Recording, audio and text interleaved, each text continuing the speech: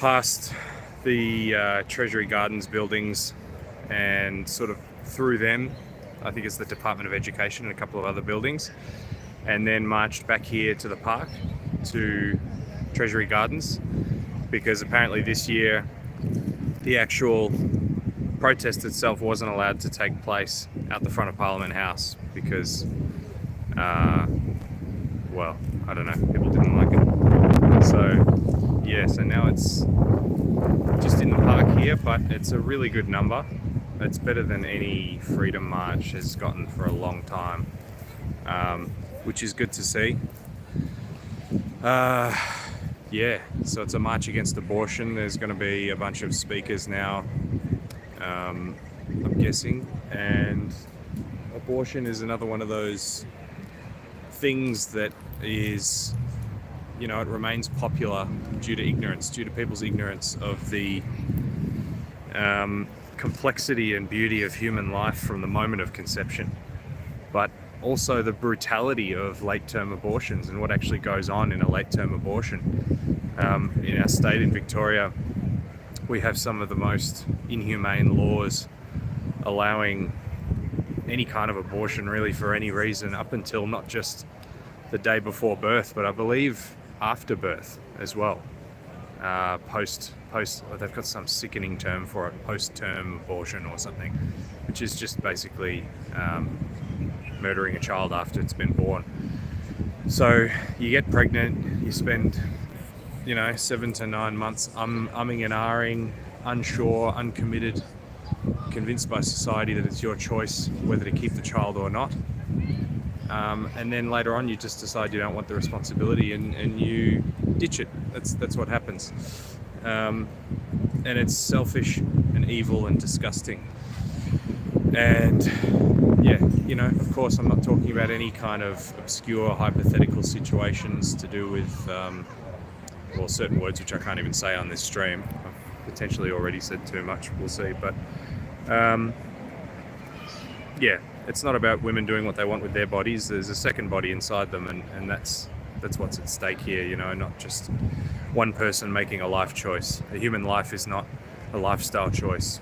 It's a human life. It's beautiful, it's miraculous. It's and my wife and I have our own recent experience with our son, who had some complications in the womb, and the doctors kept asking us what we wanted to do, and we were at a hospital which I won't name at the time, and we just kept telling them we were going to keep our child no matter what, which of course turned out to be amazing, and he's fine, and it's well and truly worth it. But they were just constantly baffled by our choice to not kill our child because things were a little complicated and a little difficult. And that really, really blew my mind, because I knew that abortion had become a massive issue in our society because so many people are choosing to adopt the ignorant view that anyone should and could kill their baby whenever they want just based on personal choice. But encountering this face-to-face in the hospital system was very confronting because we were confronted with doctors and nurses who had been trained to use a certain language and to be respectful, but when it came to our choice of whether or not to keep our child, whether or not to kill our child, they had terms like, committed to this pregnancy. That's what they say. If parents decide that they're going to keep their child, even if their child has a disability like Down syndrome or something, apparently keeping a child in that case is strange.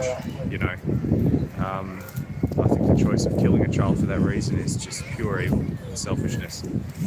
But anyway, they couldn't believe our choice to keep our child, and we ended up changing hospitals, and we ended up at a hospital that was a lot more humane, I don't know, godly.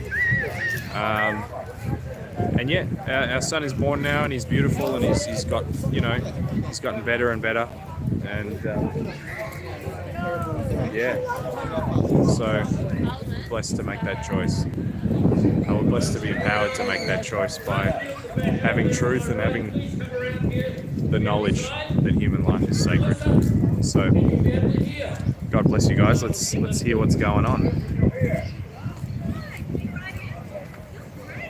G'day. Welcome. Come on down. Thank you.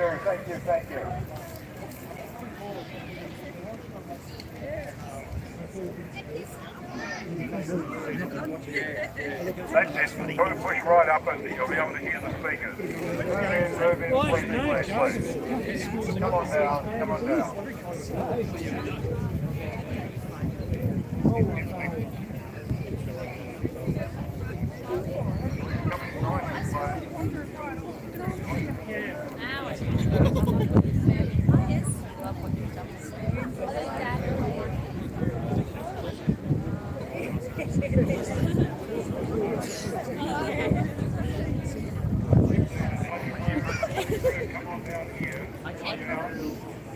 Ladies and gentlemen, I ask you to give a big round of applause for Cindy Pritchard as she sings Advance Australia Fair.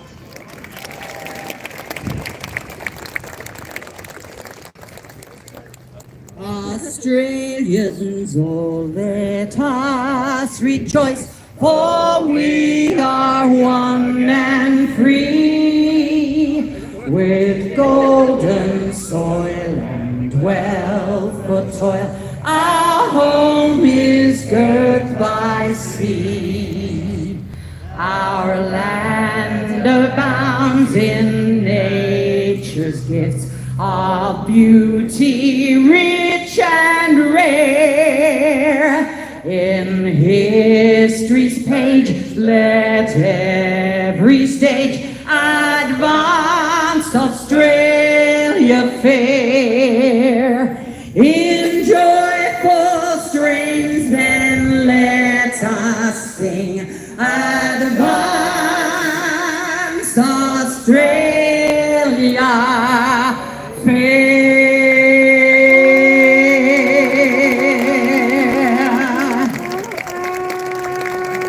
Go Tigers. Thanks, Cindy. Cindy. Oh dear, congratulations on that once again. Ladies and gentlemen, for those of you who don't know me, my name is Bernie Finn. I'm the president of the March for the Babies committee that put this wonderful gathering together, and I want to thank you all for coming today. I was up there at the Premier's office a minute ago and I wanted to start. I couldn't because people just kept coming around the corner. So thank you so very much for coming out in such very large numbers. I now like to introduce to you, representing His Eminence Archbishop Makarios of the Greek Orthodox Church in Australia. I'll try and get this word right. Very Reverend Father Kyrillos Zizas.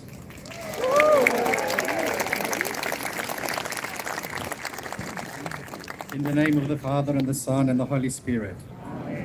Dear brethren, I stand with you today, here representing the Archbishop of the Greek Orthodox Archdiocese of Australia, His Eminence Archbishop Makarios, and I would like to begin my address with a prayer. You have searched me, O Lord, and you know me. You created my inmost being. You knit me together in my mother's womb. Your eyes saw my unformed body. All the days ordained for me were written in your book before one of them came to be. King David's prayer in Psalm 139 is our prayer today. We praise God because He knows and loves each one of us, and He knows and loves every unborn child in the secret place of the womb. From the very first days of life, the name of every unborn child is written on the palm of God's hand. All the days ordained for us and for every unborn child are written in God's book of life. But now the enemies of God seek to erase the names of His children by laws written in this very parliament of our state. We know how evil this law is.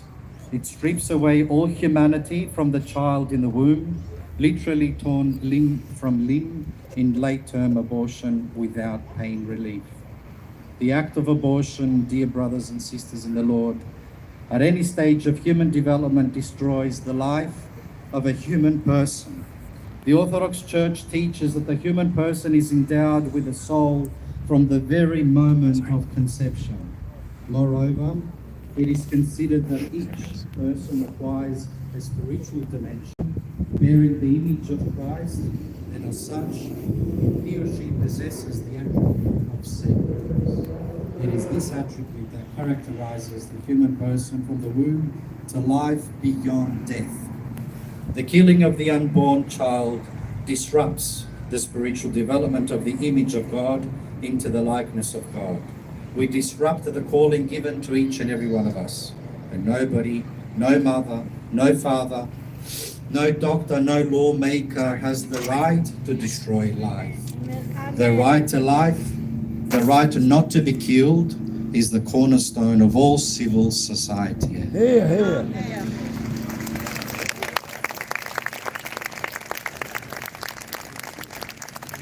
Thou shalt not kill was written in stone by the finger of God, and the law of man that goes against the law of God is no law at all.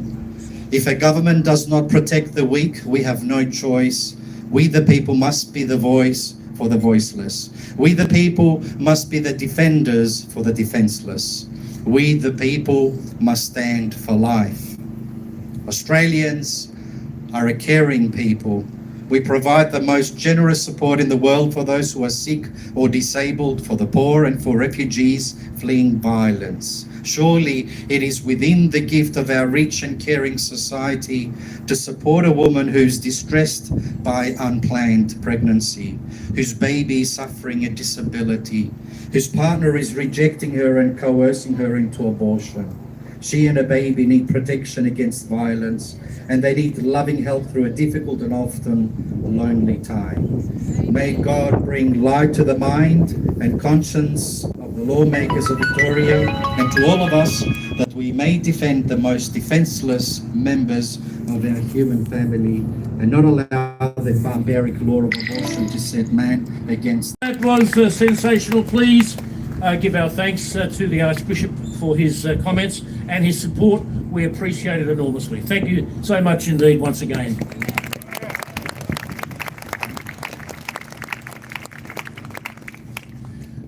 When I woke up this morning at some stupid hour, I reached over, as many of us do, and I grabbed my phone, and there was a message there from a dear friend of mine telling me that a young lady, her daughter, had just got engaged.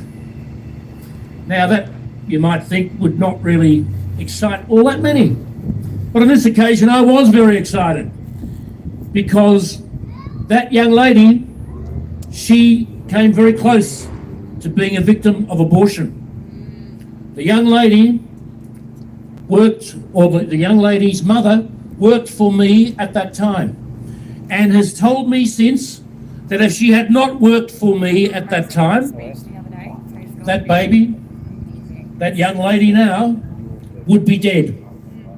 So I have taken a particular interest in this young lady, and I have seen her grow, I have seen her blossom. She is now a lawyer. Let's not try and hold that against her, but she is a lawyer nonetheless. Welcome, everyone. And she, last night, announced her engagement. So I was really thrilled. I thought about what could have been, and I gave thanks to the Lord of what we have instead of what could have been. Amen. She is alive today because I was there. That thrills me. That's 4 now that I've saved. Amen. It's pretty good.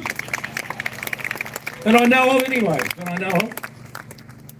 But we can't be everywhere all the time. We know that there are 20,000 babies killed in this state every year. 94,000 Australian babies killed in this nation every single year.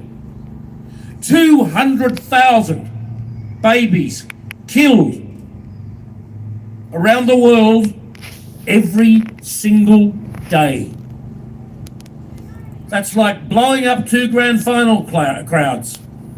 200,000 dead babies every day around the world. I'm going to ask you a question that I sometimes ask myself. Sometimes I don't like the answer either. And that question is, we know what we must do, but do we do it?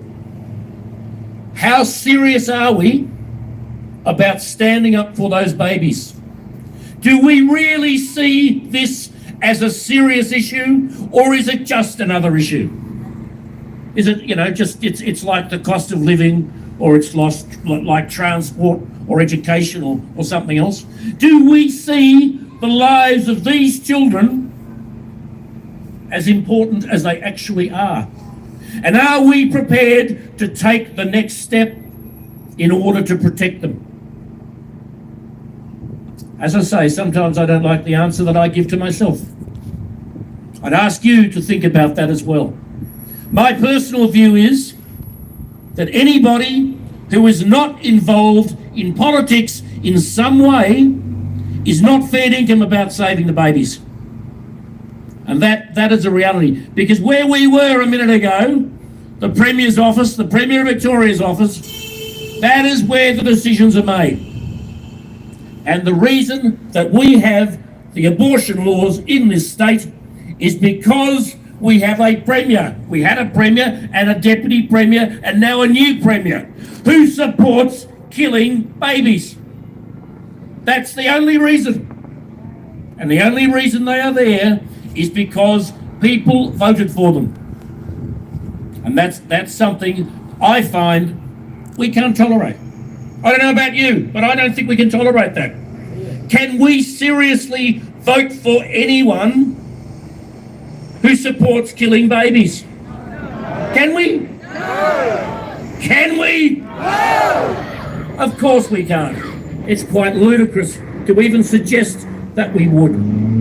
I've got to tell you something. As you know, I didn't do as well as I would have liked in the election last year. Missed out by 210 votes, which in an electorate of over 500,000 is a bit like losing the game after the siren by a point. But nonetheless, that's the way it goes. And I thought to myself, well, here's an opportunity. I can head to Queensland, and I can get a bit of sun. I can sit on the beach and just enjoy my life for whatever period of time I have left. And I thought about it, and I thought about it, and I thought about it, and I said, no, I can't. I can't. Not while this is going on in this state and this nation. I can't do that.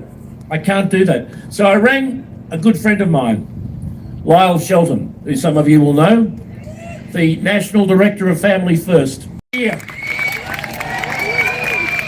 And you'll be hearing more from me about me as next year progresses, because I think we're going to have a federal election next year, and that gives us a wide variety of opportunities. We might be able to get a pro-life parliament in Canberra, and that would be absolutely brilliant. That would be absolutely brilliant. I put myself in this situation because, seriously, I can't turn my back on what's happening in the state. I can't turn my back on 94,000 dead babies and say, your lives don't matter. I can't turn my back on them and say, you don't matter, because they do. They do. And we all must get together. We must get involved. Doesn't matter which party you join. Naturally, I'd like you to join Family First. Give me a hand. But it doesn't matter which party you join. As long as you are involved to get pro-life people elected, people who will use their influence, use their voice, if I can use that word, to express an opinion to protect babies in this country. Because what is happening in this nation is a national outrage. It is a national disgrace. It's something, as I say, that cannot be tolerated and must not be tolerated. Ladies and gentlemen, thank Thank you so much for, oh, there it goes.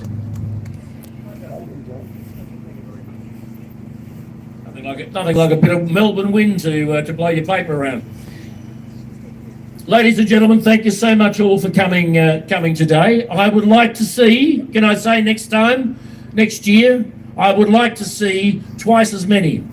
So each and every one of you, I want you to bring one more person. Promise? Hand on heart. Yes. Promise. Each and every one of you to bring one, at least one more person next year. Thank you so much indeed.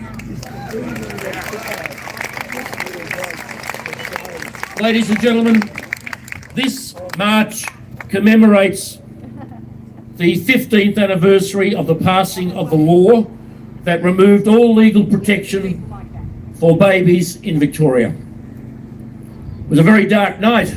Well, most nights are, but it was a particularly dark night. The night that this bill was passed, and I remember it only too well. I will never forget it, in fact. And since that night, over 300,000 babies have been killed in this state. Over 300,000 just in Victoria as a result of the legislation that passed the Victorian Parliament back in 2008. It's got to go. Got to tell you, that night I sat in the Parliament, having spoken and voted against it.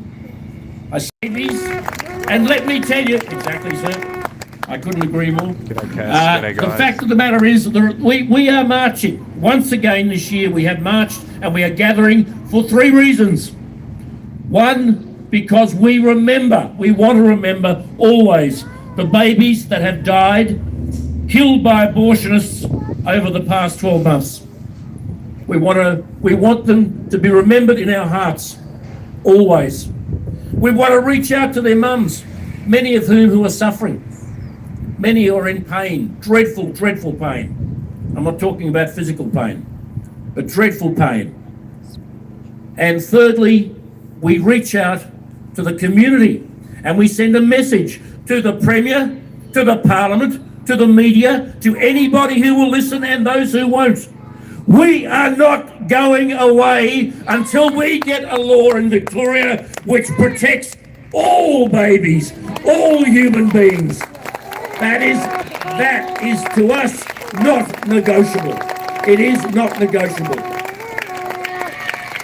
And since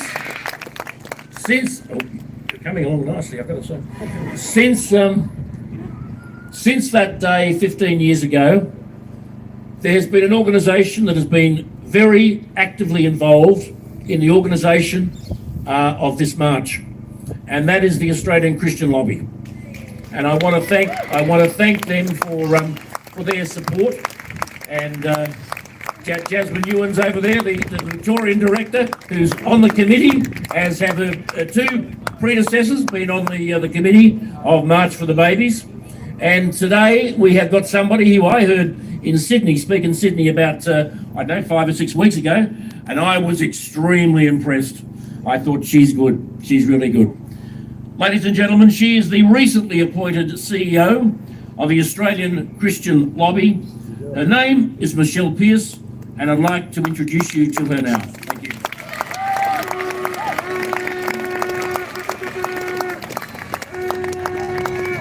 Thank you for having me. It's really great to be here in Melbourne for this really important event, and that speech was so stirring. Thank you for that. We're here because we know that every unborn life is precious and sacred. And when you believe in God, and even if you believe in science, there's no denying the humanity of the unborn child. If you could think of who the most vulnerable people in our nation are, who would it be? Vulnerable means exposed to the possibility of being attacked or harmed, either physically or emotionally. Who are those who are most exposed to the possibility of being attacked or harmed? Who are those who have no rights and no recognition in the eyes of the law? Throughout history, slavery has at points been legal.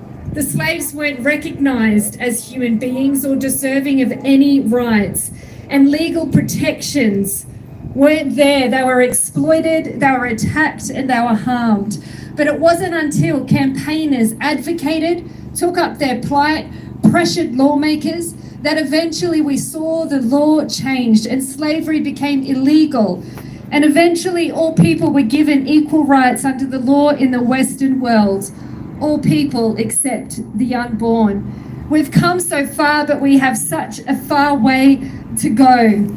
Because those that are most vulnerable, who are exposed to the possibility of being harmed, are the unborn babies. They have no legal protections. They have no legal status.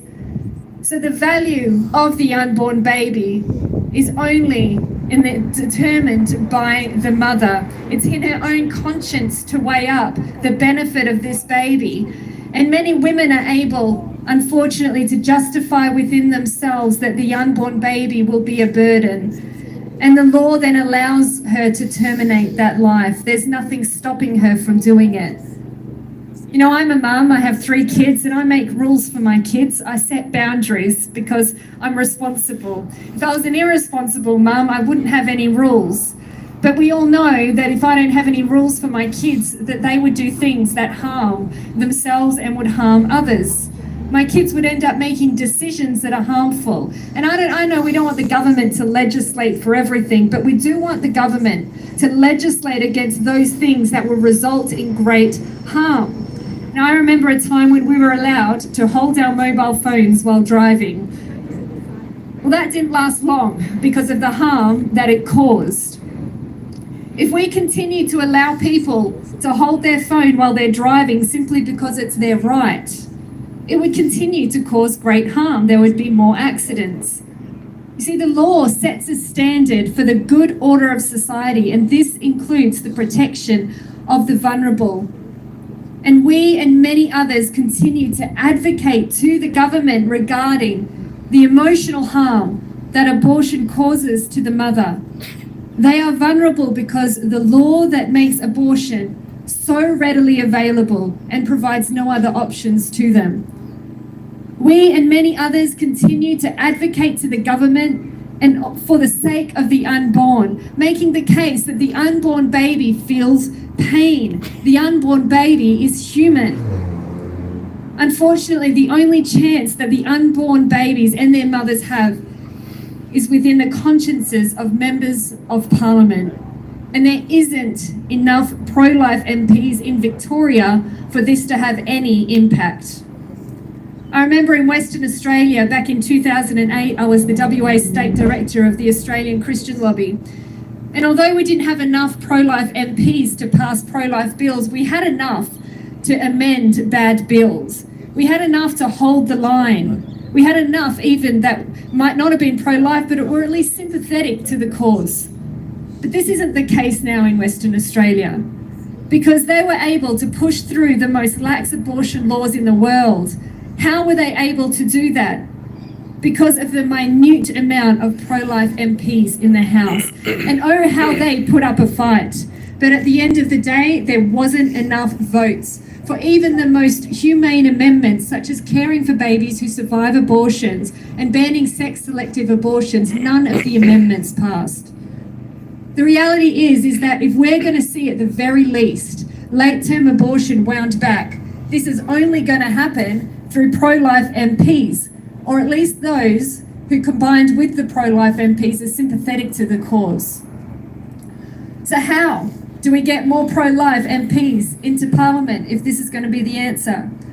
We need more pro-life people, like Bernie said, to join a political party, to put up their hand for pre-selection. And if you're here today, and I'm so encouraged by the amount of young people I see here today as well, why not join your branch and aim towards perhaps you can have a seat in Parliament one day? Be well informed at election time. Find out who the pro-life candidates are, and God willing, there will be some when the election comes around, and support their campaign. Another thing is to support current pro-life members. Pray for them, even if they're sympathetic for the cause. Encourage and support their efforts. A key is to grow the pro-life community, which is why this event is so crucial. Move the consciences of your family, of your friends. Have the conversation. Speak to your church community and make this issue a priority for not only yours, but other people's voting too, so that the pro-life vote counts at election time.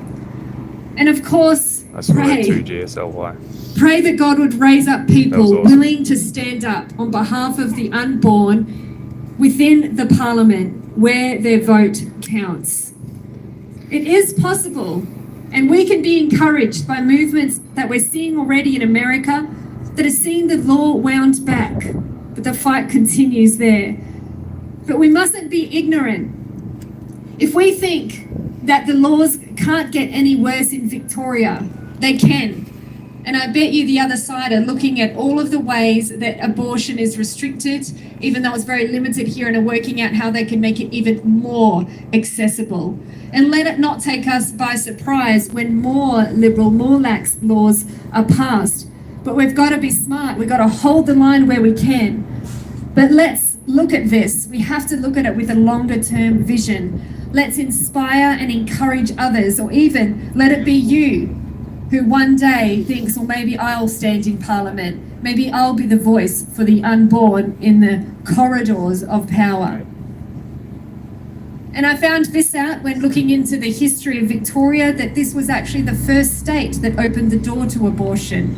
In 1969, a landmark legal case, a doctor, Dr. Charles Davidson, was charged with multiple counts of causing miscarriage. However, Justice Clifford ruled that abortion was lawful under circumstances where the medical practitioner believed that it was a necessity if the patient, for the patient, an adequate response to protect an individual's life, physical or psychological well-being. This was the first legal ruling on abortion in Australia, and the principles put forward by Justice Clifford were then utilised across the country to extend abortion, to partly decriminalise abortion. This is where it started. But we mustn't lose hope. In the US, as I said before, we're seeing encouraging signs. It is possible, with a long-term view and a consistent and courageous, loving movement, that we can see things change. There's been a long and an active campaign in the US. There's been a lot of prayer, a lot of fasting, a lot of courageous people acting and standing on behalf of the unborn and putting their hand up to be members of Parliament as well. And to prove this, I just want to run briefly through the states and what's happening over there, so we can be encouraged that similar movements can happen here. In Florida, the Republican Governor Ron DeSantis signed a 6-week abortion ban in April. In Georgia, a 2019 law banning abortion when a fetal heartbeat is detected. Idaho, abortion is banned. Indiana, abortion is banned. And all of these things have different kind of technicalities to them. In Iowa, a fetal heartbeat ban was signed into law in July. Kentucky, banned. Mississippi, banned. Missouri, banned. Nebraska, the state banned abortion after 12 weeks in May. North Carolina, a law banning abortion after 12 weeks took effect in July. North Dakota, banned. Ohio, a fetal heartbeat ban. Oklahoma, banned. South Carolina, a hotly contested fetal heartbeat ban passed in May. South Dakota, banned. Tennessee, banned. Texas, banned. West Virginia, banned. We must take hope where we can. We must take encouragement where we can. We're not fighting a losing battle. Truth is on our side. Truth has power, but we have to be the ones who are courageous enough to continue to stand against the odds in the face of the opposition, to say it is possible to bring change. A pro-life parliament may not be possible in this coming election, but perhaps the election after that, we can continue to see the filtering in of pro-life members. And perhaps in a decade or so, we will see things begin to shift, but we have to remain committed to the cause. Victoria became the first state to open the door to abortion. Perhaps it can be the first state to close that door. Thank you. Thank you, Michelle. That was sensational. Michelle Pearce, the National CEO of the Australian Christian Lobby. And Michelle, I look forward to working with you for many years to come to get justice for our unborn brothers and sisters and their mums, I might tell you. Because there are a lot of women, don't forget, a lot of women who, despite what the pro-abortion lobby tell us, they tell us something different. They say they have abortions because they have no choice. This thing is all about choice, apparently. But there are many, many, many women who feel that they are forced into abortion because they have no choice. No logic in that. No logic in that at all. Michelle, thank you so much. And it might be even colder here than it is in Canberra. I'm not sure. It's a bit nippy here at the minute. Now, Cindy Pritchard is not just a very talented singer, a very talented performer in so many ways. Some of which we can talk about, others not. No, that's not true. No, that's not true. No, she's a great actress, a great stage performer, and she's a great producer as well. She's got a movie coming out at the end of November, and she's going to sing to us again today, as she did last year. And I should also say she's on the committee of March for the Babies. So I'd ask you to welcome our very own, can I say, Cindy Pritchard. Thank you, Bernie.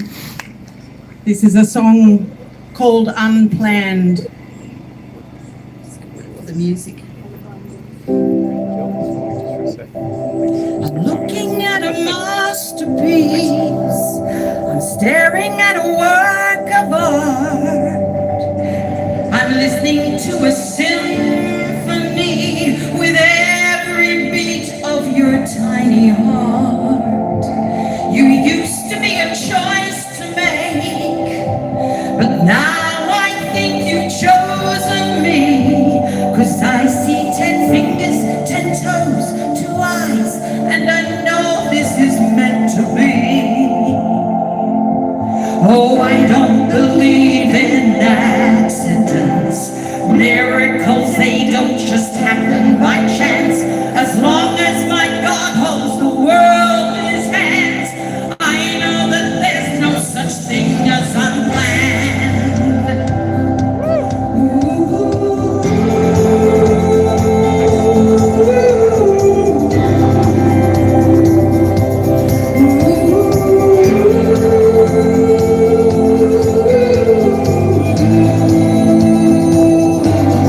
Broken turns to beautiful. I see you right before my eyes, and every single breath you breathe is destiny love has brought to life. I thought it was my story's end, but now the future's all I see. Instead of asking who you might have been, I'm wondering who you're gonna be. Oh, I don't believe in accidents. Miracles, they don't just happen by chance. As long as my God holds the world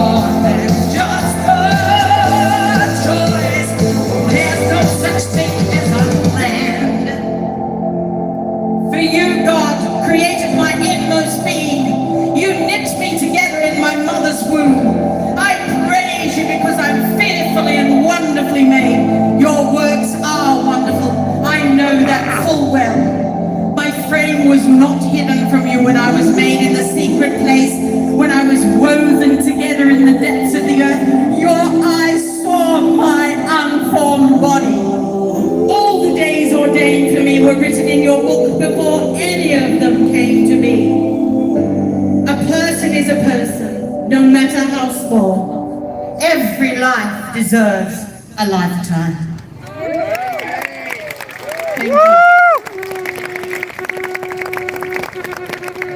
Oh, isn't she good? Isn't she good, folks? Cindy, thank you so much. And Cindy will be back in just a moment, or a little while anyway, to finish off the afternoon's proceedings.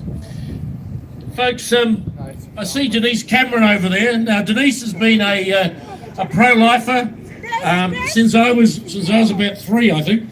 And I remember her being involved in the pro-life movement way back when I was in secondary school. So a very long time ago. Don't you nod like that? Jasmine's nodding, and I'm not impressed with that.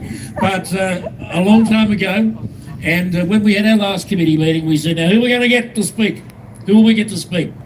And Denise came up with a name that impressed everybody enormously, particularly those of us who went away and did a bit of study. And I said, yes, what a very good idea. This is an exceptional idea. Because here we have a lady, a young lady, can I say? Can we say that? Yeah. That's not illegal in the state, is it? It could be, I don't know. Anything, most things are in Victoria. They're either illegal or compulsory, one way or the other. But Dr. Joanna Howe, get this. She's a Rhodes Scholar. She's a Professor of Law at the University of Adelaide. She is an articulate, passionate defender of the babies. And just to put the icing on the cake, she's a mother of 5. Now, I'm only a father of 4, and I don't know how she does it, I've got to say to you. But she is brilliant. She is just, I'm absolutely delighted, thrilled to have her with us today. Dr. Joanna Howe, please join us. Thank you.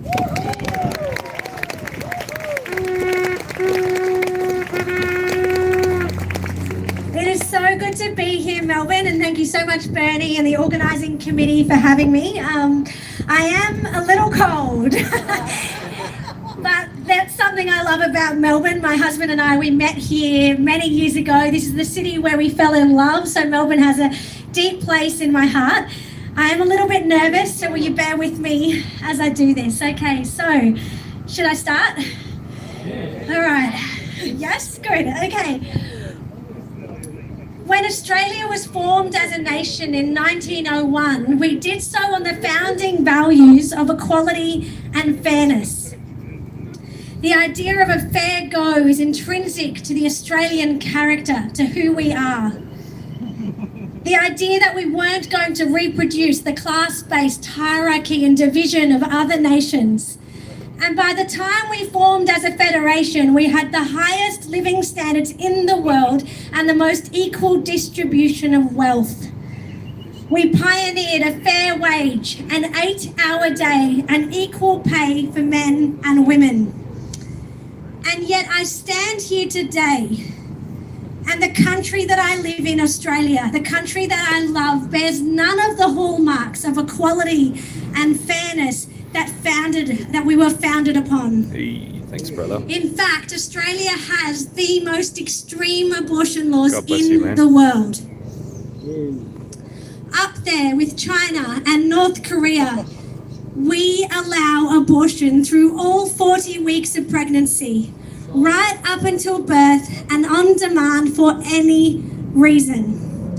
In Australia, we have no human rights protection for children in utero at any age. Victoria, this is where it began and this is where it must end. It is time for a new generation of Australians to rise up and fight. In 2008, when Daniel Andrews was Health Minister, it was here that a bill allowing abortion right up until birth and on demand was introduced and passed. And now for some good news. Daniel Andrews is gone!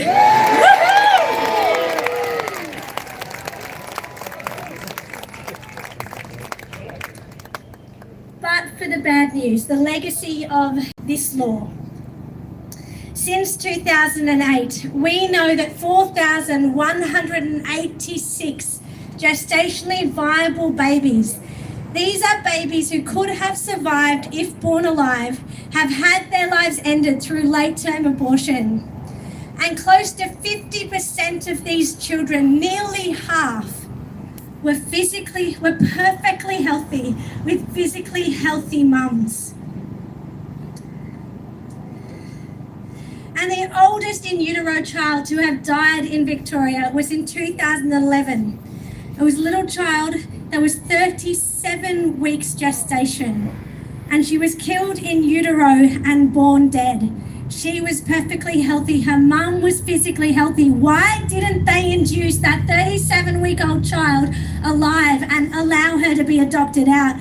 Why did they kill her first and deliver her stillborn? Where was the protection for the human rights of that little girl? And this is a tragedy that all of these gestationally viable children, they're in the place where they should be safest, in their mother's womb. And it is there, while they are meant to be safe, that they are suddenly plucked out from that safety in the most horrific and violent way possible, and then they are born dead. Our children are meant to be safe. When even one child is abducted, the whole nation stops.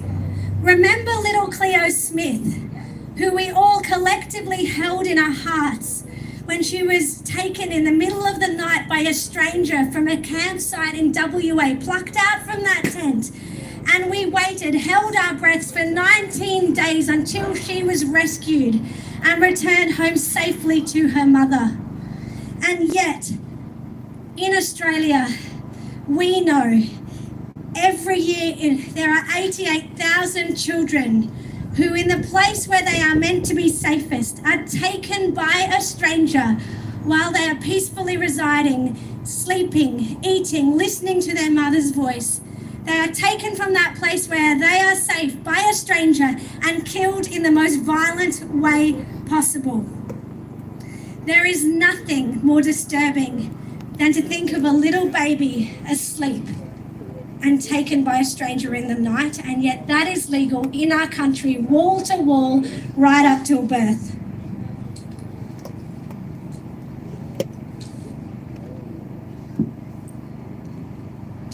And the way this happens, so before 12 weeks gestation, we know that a little child is starved to death through abortion pills. We literally deprive them of food. Either that or we rip their body apart, obliterate it through suction abortion. Between 12 weeks and 22 weeks, this is the horror of a dilation and evacuation abortion. The abortion doctor goes in and takes one limb, rips it apart while this child is awake with no sedation or anesthesia. Rips one limb and takes it apart with metal forceps, goes in, gets another limb and rips it apart with metal forceps, and does this to every part of the body until the skull is crushed, is when the terror ends and the child is finally at peace because they have died. But that is the unimaginable pain that they have to endure. And yet, if that child is wanted at that very same gestation, we mandate pain relief for in utero fetal surgery. Kourtney Kardashian recently had to undergo fetal surgery, and her child was given pain relief prior to that surgery taking place. But yet, through a D&E abortion, none of that happens. If we are a country that cares about equality and a fair go, then we have to care about these children. But nowhere is the inequality more stark than in children born alive moments after they're born. We know that in Australia, every week, a child is born alive following an abortion. So people say that this doesn't happen, but we've looked at the Queensland and Victorian Health Department reports, and in just 2 states, every week a child is born alive and left to die without a legal right to care. In the coroner's report on Jessica Jane, Jessica was a little girl. Her mum went in for the abortion because she was concerned about her career. And so the doctor ordered the abortion. She was given pills and this induced labour, but they assumed that Jessica would be born dead because the process of delivery would be too traumatic. But Nurse Williams, who delivered Jessica, she was confronted with a little girl that was alive. Little Jessica was crying and whimpering. She was wriggling. She had good APCAR scores. She weighed 515 grams. She looked about 23 weeks.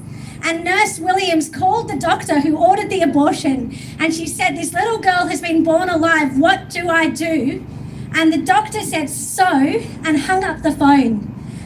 And Nurse Williams wrapped Jessica in a little blanket, but she put her on a metal kidney dish in an empty room, and Jessica lay there by herself for 80 minutes, an hour and 20 minutes until she died.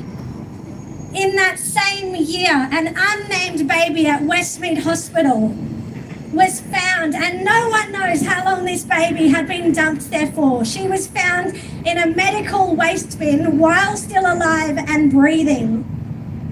And less than 3 years ago, baby Xantha in a Queensland hospital, her parents had gone in to end her life because she had Down syndrome. She was 19 weeks old. She could feel pain. She was born alive unexpectedly and dumped in an empty hospital room for 7 minutes until she passed. No one to even pick her up and give her a cuddle.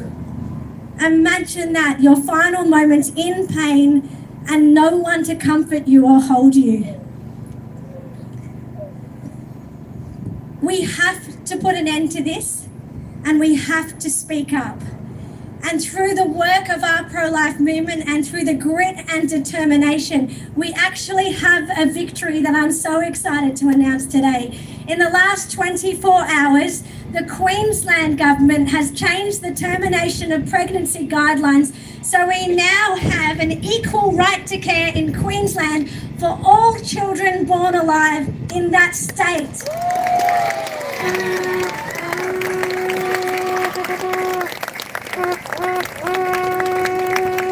And sometimes we can feel like it's hopeless. I know that's how I felt in South Australia in 2021 when I watched my parliament vote abortion up to birth for any reason. But when you think about this and you think that just in the last 24 hours we've had this victory, it shows us there is hope, that we must not give up, that we must stand and fight. This is our legacy. We need a new generation to chart a new course, to find a different way, to believe in a better Australia. And so this is what we must do together. I was terrified about speaking out on social media about abortion. I'm a professor of law at a secular university. We have a mortgage. I've got 5 kids. I was terrified. Everybody said you were going to lose your job in like 24 hours. But over a year later, I'm still here and I'm fighting and speaking out even harder.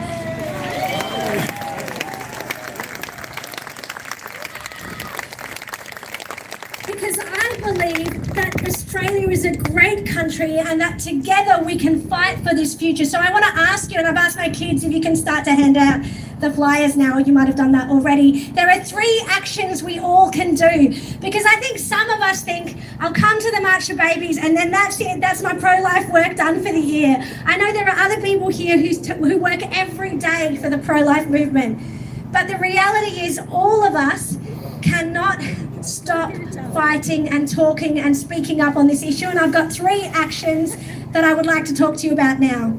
Action number 1, please do follow me on social media. So at Dr. Joanna Howe on Facebook, TikTok, Instagram and YouTube. I never thought I'd say that. I was totally against social media. But when I realized that the mainstream media does not let us speak our truth on abortion, they censor us, I realized that social media is a way we can reach people directly. So please follow me at Dr. Joanna Howe and join our movement. Second action item. There's a QR code that's being passed around and it takes you to a petition on birth equality. We've had this victory in Queensland overnight, but our work is not done. In a few weeks' time, Matt Canavan's bill will be before the federal parliament and they will be voting on a bill to create birth equality across our country. So in over just 3 weeks, so we've not got a lot of time, guys, In a few weeks' time, our federal Senate will be meeting to discuss the plight of children born alive after an abortion. We know what Marie Stopes and the abortion industry says. They say this doesn't happen, but we know the truth that it does, that at least one child every week is born alive without a right to care. So we need the federal birth equality bill to pass, and I need your help to do it. Are you with me? Can you do this? So I need you to go to either the QR code that will take you to the website drjoannahowe.com/birth equality. It'll take you 10 seconds to put your name in there. That way you are signing our petition for a national birth equality law. I will then email you and show you how to very quickly email all your state senators to make sure they vote for this bill. I mean, what Australian could be against giving an equal right to care to all children born in this country? This should be non-controversial. So I need you to sign that petition, drjoannahowe.com/birth equality, to join our list. And then finally, we need to speak up. We need our voices to be loud. We need to not be afraid of speaking up. So right now, we're going to just chant to make sure that we're really on the same page. So I'm going to say, let them live, and we're going to chant together. So let them live. Let them live. Let them live. Let them live. Let them live. Let them live. Let them live. Let them live. Let them live. Let them live. Give yourselves a big round of applause. Woo! Well done. Okay. In a deeply divided America, Martin Luther King sat in a jail in Birmingham. He had been jailed because he was fighting for equality, which is what we are fighting for today. And Martin Luther King wrote a letter to his supporters, and he said that what the world needs now is creative extremists. And that's what we need to be, friends. We need to be creative, and we need to be extreme, because we are facing the biggest fight of our lifetime. I love Australia. Australia is such a great country, but abortion is the biggest stain on our country today. Together, we must end it, and we will do it together. Thank you very much. Thank you, Joanna. Thank you for joining us from Adelaide today. Sorry about the weather, but the sun's come out. Well done. Thank you so much, Joanna, and all the very best with your continuing efforts. So, ladies and gentlemen, what a gutsy lady. Give her another round of applause.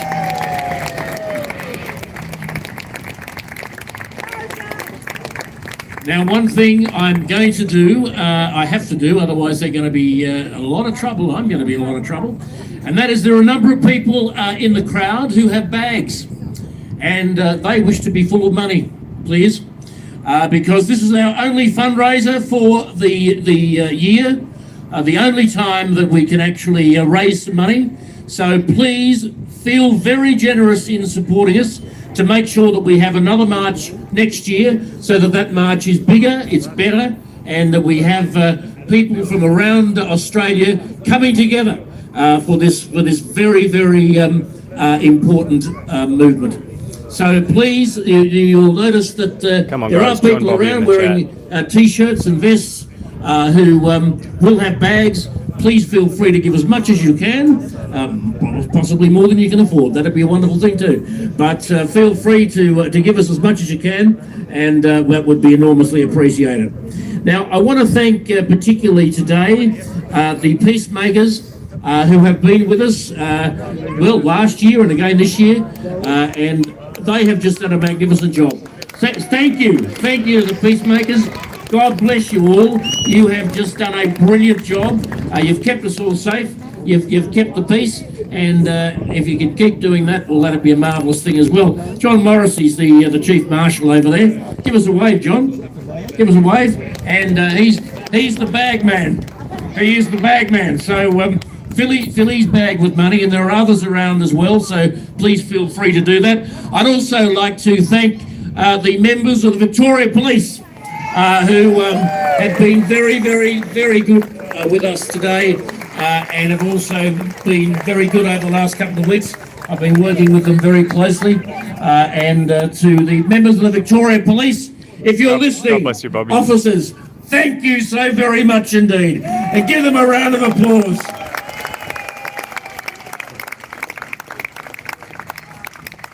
Well done, folks.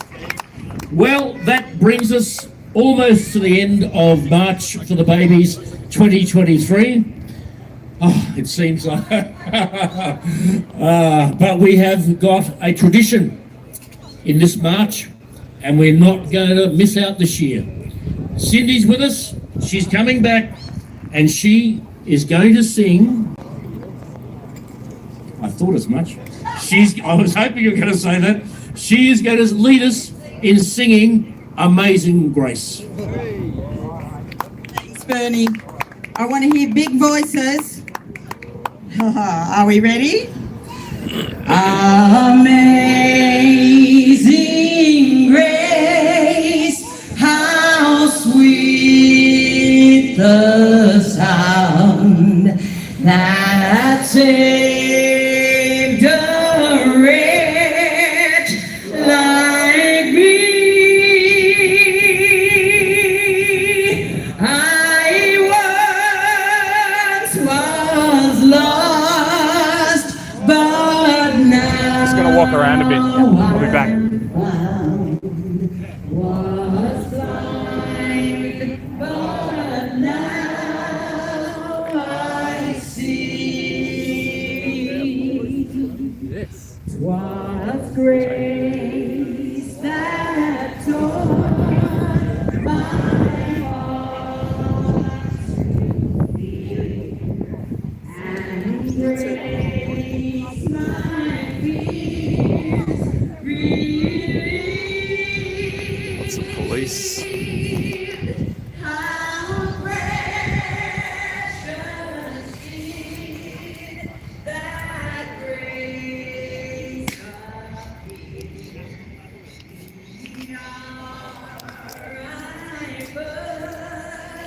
Lots of police.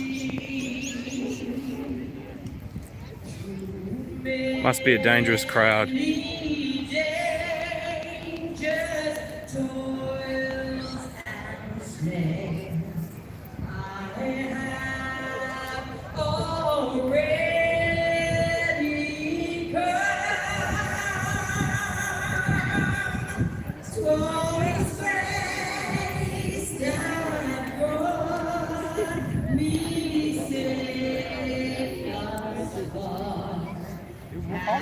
Grace will lead me home when we've been there 10,000 years, bright shining as the sun.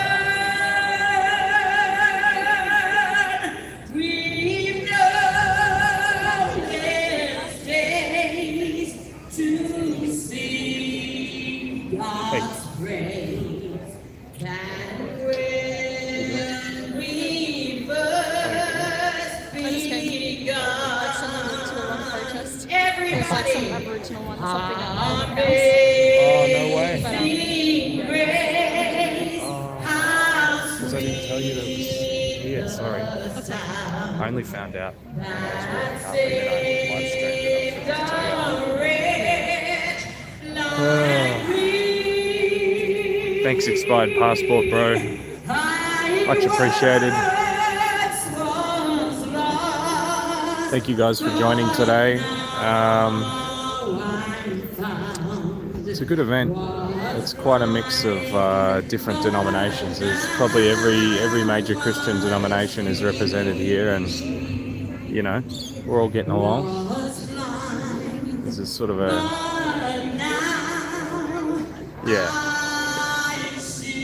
heavy police presence because it's such a dangerous crowd of extremists. And well done to you, Cindy. Thank you so very much indeed. Ladies and gentlemen, that's it for 2023 for the March of the Babies. But as Joanna said just a few moments ago, this should not be the end of your action this year, just the very beginning. Because we have to pursue this, because babies are going to start being killed again at 8 o'clock. Dude's got a on Pac-Man Monday suit. morning. Here up the road. How good's that? Pac-Man. Road, within a minute's walk, they're going to start killing babies. They'll kill them right around the state. We've got to stop that, because if we don't, nobody else will. Simple as that. Take responsibility. It's up to us. If we don't do it, it's just not going to happen. So, folks, what are we going to do? Get out there and make it happen. Thank you very much all for coming. Please, for those of you who have posters and placards and so forth, please put them under the tree over there, because Denise County's going to take them home. And that'll be just a marvellous thing. So just put them under the trees on my left, under there, and we will put them on the back of the truck and take them away and bring them back next year. So folks, thank you so much. One thanks that I have to give is it might be chilly, but it's not wet. So God, thank you. The good Lord, thank you very much for His blessings and for giving us the sort of weather that we have had today. None of us are wet. We might be cold, but we're not wet. Ladies and gentlemen, thank you all for coming. I look forward to seeing you next year on the 12th of October. Put in your diary now, October 12th. For the 2024 March for the Babies. Thanks for joining, guys. I'll just finish this off. And then... Hello, how you doing? Hey, good, thanks. How are you? Good to see you. Hello. How are you? Long time no see. Long time no see. Yeah. See, as soon as you come, the sun comes out straight away. Do you want to say something to the live stream? Oh, it was great. It was a little bit chilly, but it's hardly a sacrifice to make to make a statement to show people that, you know, for those unborn, that we love them and we want them to be born alive. But the harsh reality is that we do as a society kill children. Yeah. We kill our children, and I think that's the hardest thing to face, really. And that's the reality. Yeah. You know, we can say and hide it and behind, you know, so many excuses, but that's the reality. And if we don't stand up, and that's right, Bernie said the right thing. If we don't stand up, who's going to stand up? So yeah. But you have to get up off the couch. And that's right. And you need to talk to people. Yep. You need to, work, and it's hard. But who's going to stand up for them? You know, it sounds like a cliche, actually. But it's not. It's like evangelism, you know. It comes down to how much faith in God do you have that He's going to protect you to do the right thing. That's right. So is it just, your beliefs, or do you put those beliefs into action? Yeah. And without the action, without the fruits, it's empty. That's right. So that works. So hopefully we come next time, we get more people out, and not only that, it's not just the marches, but every day. God wants us to be faithful every day. Yeah. And not just in church or wherever it is, where we have comfort, we have to come out of that comfort and face reality. That children, that people are being killed. And the next step is not just children, it'll be euthanasia, it'll be elderly, it'll be, It'll be voluntary. That's right. Suicide for teenagers with mental health that's issues. Right. Yeah, exactly right. Like the Futurama suicide booth. That's right. So because they can stretch it out to whatever they want. Once it started, and it'll stretch out to whatever they want. Yeah. And so if anything, during COVID, we saw it was exposed. The states and the road that they want to go down and what they want to do to us. And not every doctor, wishes the best for us. Nah, that's absolutely yeah, right. So a lot of deaf doctors out there. That's right. So it's good to see the people, even though it is chilly. It's typical Melbourne. Yeah, pretty good. Yeah, no, it's good. Pretty good turnout. Better than a freedom rally. Yeah, that's right. That's unfortunately. Right. So stand on your faith. And don't spout, empty words, because the words, as much as you can speak the truth and read the Bible, if you don't go into your life and show with your life, not just with your words, and it's hard, and it's uncomfortable truths. And God bless you all. 100%. Good to see you. Thank you. Yeah. All right. Thanks, guys. Thanks for watching. We'll finish it up. God bless. And we'll catch you real soon next Saturday for some street preaching. Woo! See you guys. God bless.